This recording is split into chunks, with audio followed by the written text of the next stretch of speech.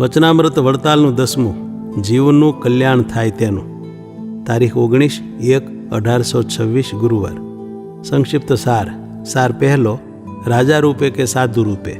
ભગવાન જ્યારે પૃથ્વી પર પ્રત્યક્ષ વિચરતા હોય ત્યારે તેનો આશ્રય કરવાથી જીવનો મોક્ષ થાય છે. સાર બીજો, પ્રભુ પ્રત્યક્ષ ન હોય ત્યારે તેને પામેલા સંતનો આશરો કરવાથી પણ મોક્ષ થાય છે. સાર ત્રીજો, એવા સંત પણ ન મળે તો ભગવાનની મૂર્તિમાં દ્રઢ પ્રતીતિ રાખીને ધર્મે સહિત ભક્તિ કરવાથી મોક્ષ થાય છે. સ્વામિનારાયણ હરે, સ્વામિનારાયણ હરે. સંવત 1882ના પોષ સુધી એકાદશીને દિવસ સ્વામી શ્રી સહજાનંદજી મહારાજ શ્રી વરતાલ મધ્યે શ્રી લક્ષ્મીનારાયણના દરબારમાં લીમડાના વૃક્ષે હેઠે પાટ ઉપર ગાદી તકિયા નંખાવીને વિરાજમાન હતા અને અંગને વિશે સર્વ શ્વેત વસ્ત્ર ધારણ કર્યા હતા અને પોતાના મુખારવિંદની આગળ મુનિ તથા દેશ દેશના હરિભક્તની સભા ભરાઈને બેઠી હતી. તે સમયમાં ગામ ભાદરણના પાટીદાર ભગુભાઈ આવ્યા. તેને શ્રીજી મહારાજ પ્રત્યે પ્રશ્ન પૂછ્યો છે, હે મહારાજ, જીવનું કલ્યાણ કેમ થાય? પછી શ્રીજી મહારાજે કહ્યું છે, આ પૃથ્વીને વિશે રાજારૂપ ને સાધુરૂપ એ 2 પ્રકારે ભગવાનના અવતાર થાય છે.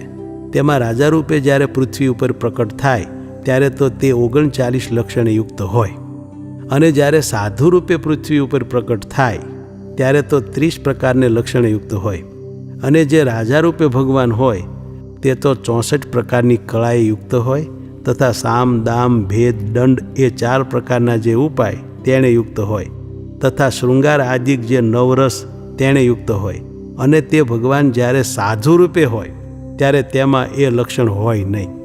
અને જે રાજા રૂપે ભગવાન હોય તેને જો આપતકાળ આવ્યો હોય તો મૃગયા કરીને પણ જીવે અને ચોર હોય તેને ગરદન પણ મારે અને ઘરમાં સ્ત્રીઓ પણ રાખે. અને સાધુ રૂપે ભગવાન હોય તે તો અતિશય અહિંસા પર વર્તે. તે લીલા તૃણને પણ તોડે નહીં અને કાષ્ટની તથા ચિત્રામણની સ્ત્રીનો પણ સ્પર્શ કરે નહીં. માટે સાધુરૂપ જે ભગવાનની મૂર્તિ ને રાજારૂપ જે ભગવાનની મૂર્તિ એ 2ની રીતિ એક હોય નહીં.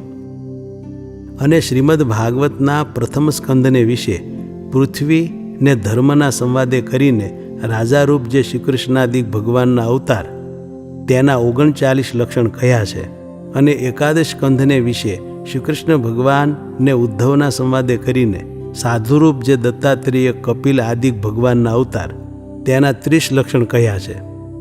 માટે જેને પોતાનું કલ્યાણ ઈચ્છવું તેને તે લક્ષણે કરી તે ભગવાનને ઓળખીને તે ભગવાનને શરણે થવું અને તેનો દ્રઢ વિશ્વાસ રાખવો ને તેની આજ્ઞામાં રહીને તેની ભક્તિ કરવી એ જ કલ્યાણનો ઉપાય છે.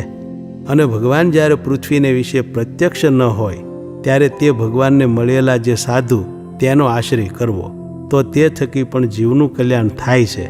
અને જ્યારે એવા સાધુ પણ ન હોય ત્યારે ભગવાનની પ્રતિમાને વિશે દ્રઢ પ્રતીતિ રાખવી ને સ્વધર્મમાં રહીને ભક્તિ કરવી તે થકી પણ જીવનું કલ્યાણ થાય છે.